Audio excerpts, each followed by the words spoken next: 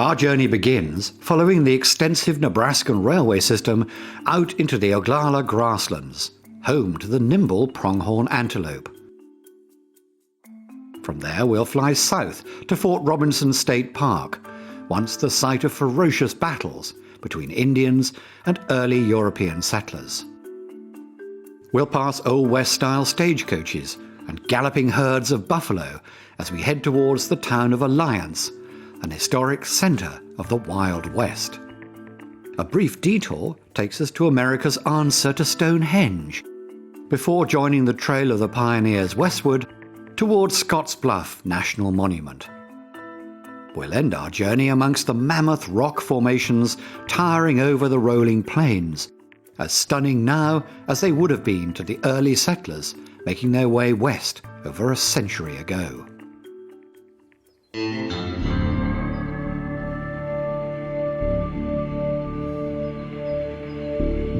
Nebraska is often referred to as the state where the West begins, alluding to its vast landscapes and pioneering history.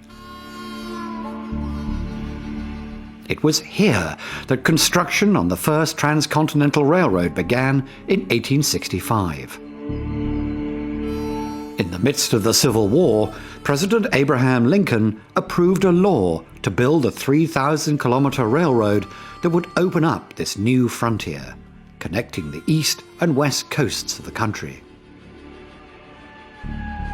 Though the original tracks had been absorbed and built over by other railway lines, both freight and passenger trains still use the same route.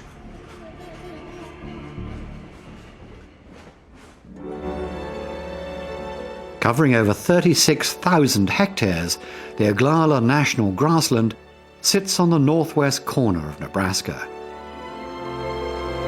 Managed by federal government, the wildlife reserve is home to a range of unique fauna, the best known being the pronghorn antelope. Described as the true marathoners of the American West, pronghorns are the fastest land mammal in the country, and second in the world only to the cheetah.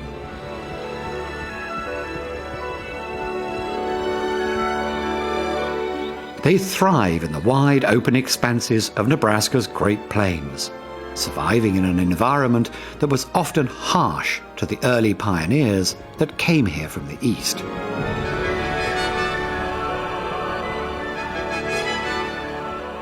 Long before the white settlers arrived, it was the Native Americans who lived and hunted in these grasslands.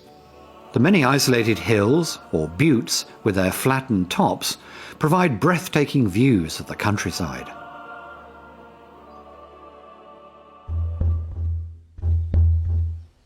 Once a backdrop for bloody encounters between early settlers and Native Americans, the reserve today is altogether calmer. The standout feature of Oglala is Pine Ridge, the largest human-planted forest in the United States.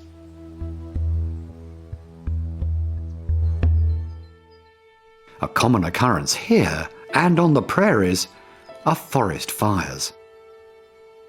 Recently, in 2012, a severe drought and record temperatures resulted in the worst fires in Nebraska's history, destroying a large part of Pine Ridge. The forest is only slowly recovering. Regardless of such setbacks, Nebraska is still known as the Tree Planter State, and in 1872 it founded Arbor Day, an event now celebrated all over the country.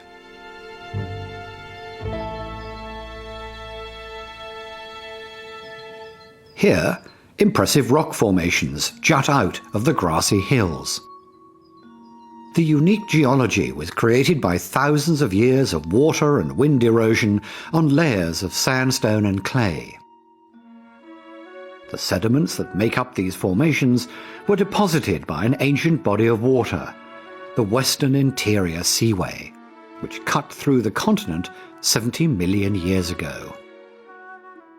28 million years ago, the sea receded from the land, joining the continent, eroding the softer rock and leaving behind these otherworldly shapes. Besides geologists, paleontologists too were lured here by the ancient sea creatures, now long extinct, whose fossils are buried within these hills. Eventually, the grasslands give way completely to the Nebraska National Forest, which covers 4,500 square kilometers. In the 1800s, the American West was an uncharted land, full of opportunity for those who dared make the journey. And while early on many settlers arrived in covered stagecoach wagons, most were carried here by train. Before long, it became a vital way of getting farm produce back to the booming markets in the East.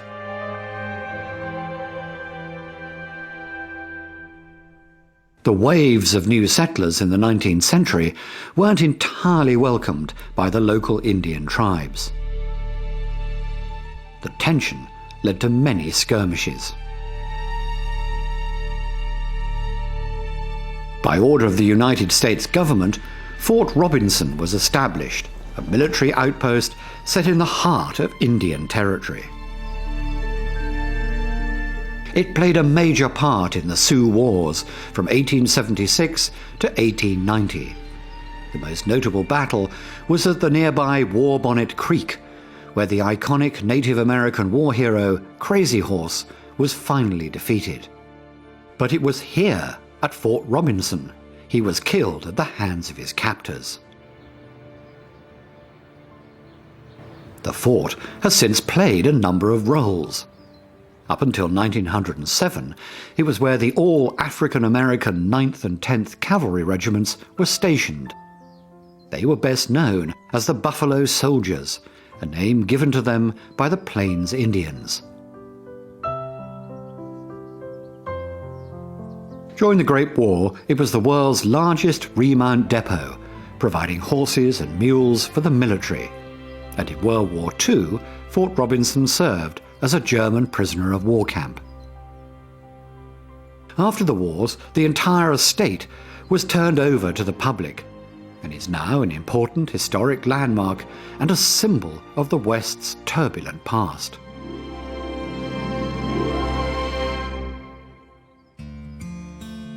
The national park surrounding Fort Robinson covers almost 9,000 hectares of rolling plains and geological formations.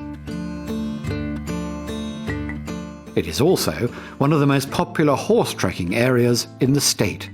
Nebraskans flock here for short trips or multi-day expeditions on horseback.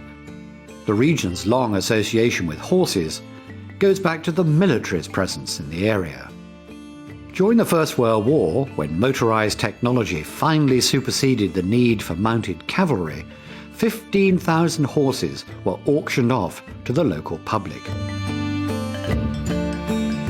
But when the United States Army again took interest in the animals in the 1940s, it kick-started the Arabian breeding program, introducing them into the market. These open plains have been a popular spot for horse riders ever since. Another attraction are the State Park Museum's stagecoach rides, offering visitors an experience of what was once the most common mode of cross-country transport. Travelling at an average speed of 8 kilometers an hour, the name stagecoach referred to stations or stages on a travelled route. Usually a fresh set of horses or mules would be ready for the next onward journey, allowing the travellers to continue without delay. Up to 100 kilometers could be covered in a day, and unlike these pleasure rides, there was also the very real danger of being robbed by bandits and highwaymen. Added to this were the possible attacks from Native Americans during the long journeys across the wilderness.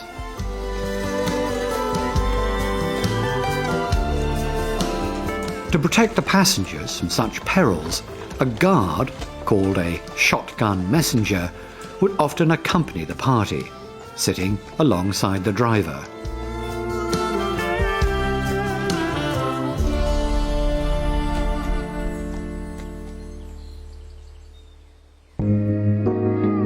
The uniqueness of Nebraska lies in its combination of prairie landscape and scattered pine forests, gnarled rocky ridges, and abrupt buttes. It would have seemed like another world to the early pioneers from the east.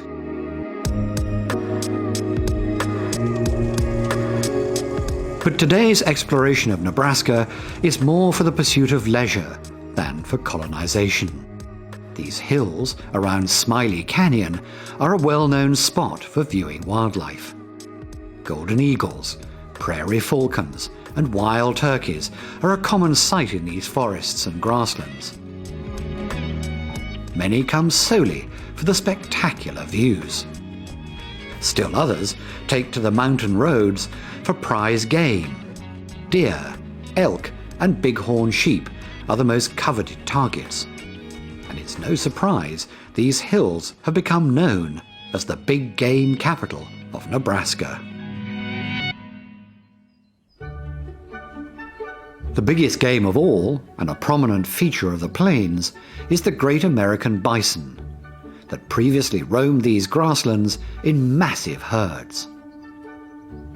An estimated 60 million of these animals once dominated the North American plains, but shortly after the arrival of Europeans, the number dropped drastically. A combination of commercial hunting and diseases from domestic cattle almost resulted in their extinction in the 19th century, with numbers dropping to below 750. Through careful conservation and management, the bison of Nebraska are back in sustainable numbers and are no longer an endangered species.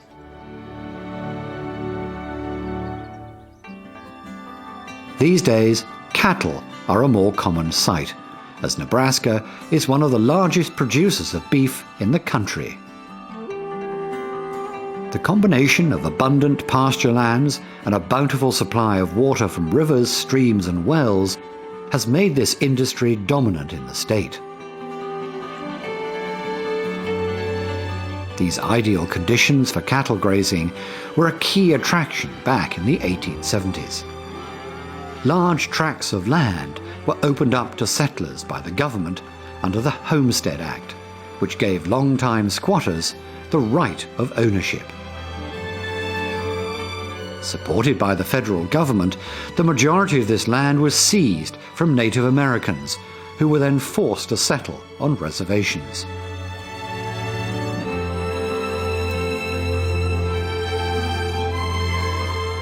Livestock flourished on these plains, and to boost the emerging industry, cattle were brought up to Nebraska by Texas drovers looking for higher prices for their herds. The result was the die-hard cowboy culture that still exists today.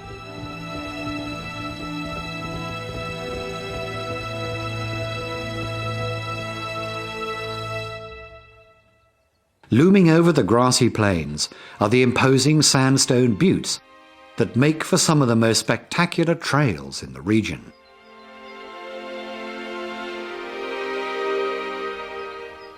But as we fly further south, the prairies gradually give way to the famous sandhills, grass-covered dunes which make up a quarter of the state.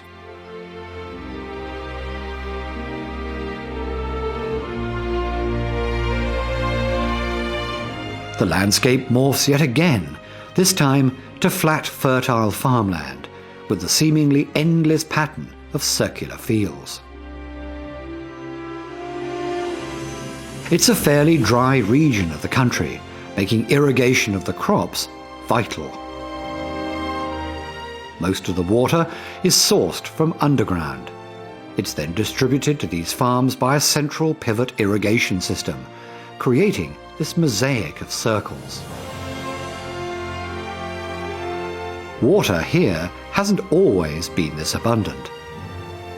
The devastating droughts of the 1930s wreaked havoc on farming, reducing these lands to a virtual desert during the infamous Dust Bowl, right in the midst of the Great Depression. Eventually, Nebraska regained its position as a major agricultural center with the help of these new irrigation techniques. But now, with the groundwater being depleted far faster than it is being replenished, the state's farming sector has new problems mounting on the horizon. Dubbed an oasis in the sandhills, the city of Alliance is one of Nebraska's most important historical centers. A new town built on the railway. The county courthouse itself was transported here by train from nearby Hemmingford in 1899. It was an event celebrated in both Scientific American and Harper's magazines. Early on, Alliance became a focal point for homesteaders and ranchers needing supplies and wanting to sell their crops and cattle to other parts of the state. Much of the town's history revolves around the railroad, even its name. When the Burlington Line reached Alliance in 1888, the town was actually called Grand Lake. But the railroad superintendent at the time petitioned to change the name to Alliance because it began with a letter at the beginning of the alphabet, and so in his view would attract more business. Continuing its long-standing connection with the railway, Alliance boasts one of the largest locomotive maintenance facilities in the United States. It's owned and operated by the Burlington Northern and Santa Fe Railway, or BNSF, the second largest freight network in North America. The company hauls enough coal to generate roughly 10% of the nation's electricity. With over 600 employees, trains constantly move to and from the Powder River Basin mines in the neighboring state of Wyoming. And being the center of distribution for the biggest coal field in the United States has earned this freight yard the nickname Heart of Coal.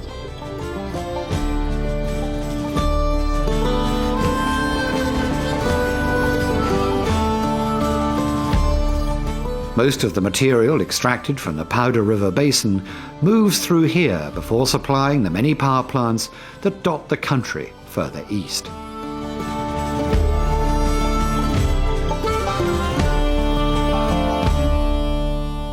Just outside Alliance is one of the most visited sites in Nebraska. Carhenge, a collection of 38 vintage vehicles that have taken on a new life as art. Originally conceived in 1987 by Jim Reinders, the cars stand like England's Stonehenge, but with a modern twist. Early on, the installation was threatened with a removal order, but after a long campaign by its many admirers, Carhenge was gifted to the citizens of Alliance. The original construction included 3 imported vehicles, but these were later buried and replaced with alternatives produced in Detroit. Now an estimated 75,000 people flock to the site each year. And in 2009, it was listed as part of the top 10 wackiest attractions in the United States by the website TripAdvisor. A gathering is already planned for August the 21st, 2017, when Carhenge will be in the path of a total solar eclipse.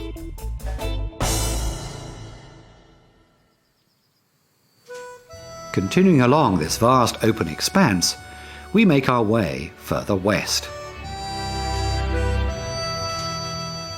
Although many urban centers have flourished in Nebraska, the state's reputation is firmly rooted in agriculture.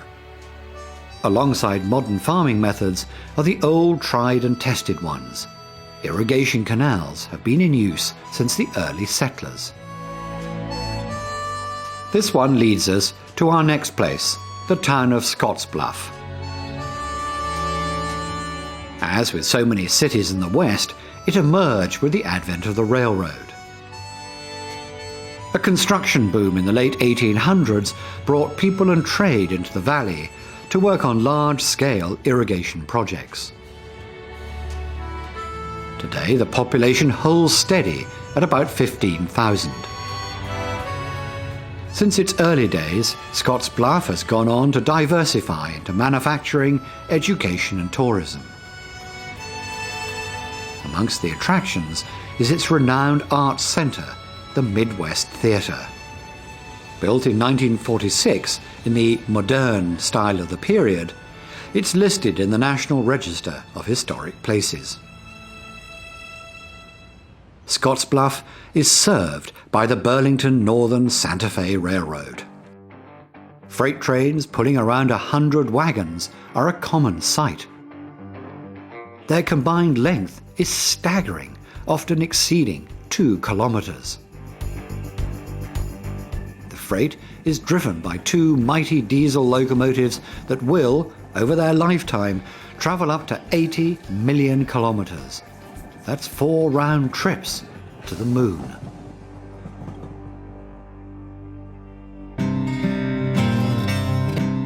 Flying across Mitchell Pass reveals a group of steep hills or bluffs that have traditionally served as a key waypoint for travelers. From families to missionaries, farmers to soldiers, all making their way west, the bluff became an important psychological milestone on the hazardous journey.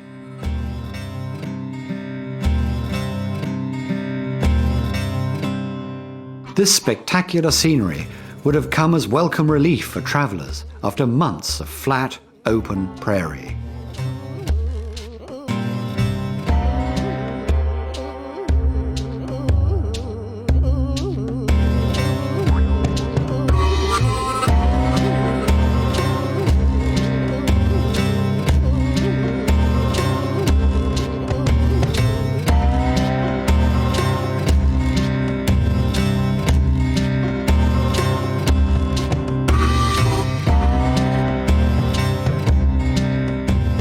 Prior to American expansion westward, native tribes found ample hunting opportunities amongst these formations, and the ground is rich with archaeological artifacts even to this day. Dwarfed by the massive Eagle Rock on one side and Sentinel Rock on the other, stands the Scotts Bluff Visitor Centre and Museum. As well as housing a permanent collection, the buildings serve as headquarters for historical reenactments that take place in the park. The site is also a popular starting point for hikers.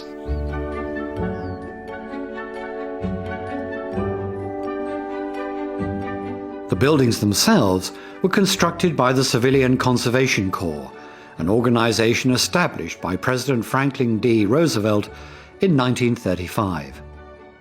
Its purpose was to preserve America's national parks, as well as provide a source of steady employment during the Great Depression of the 1930s. Here, visitors can find a wealth of exhibits, including the relics of Native Americans and pioneers.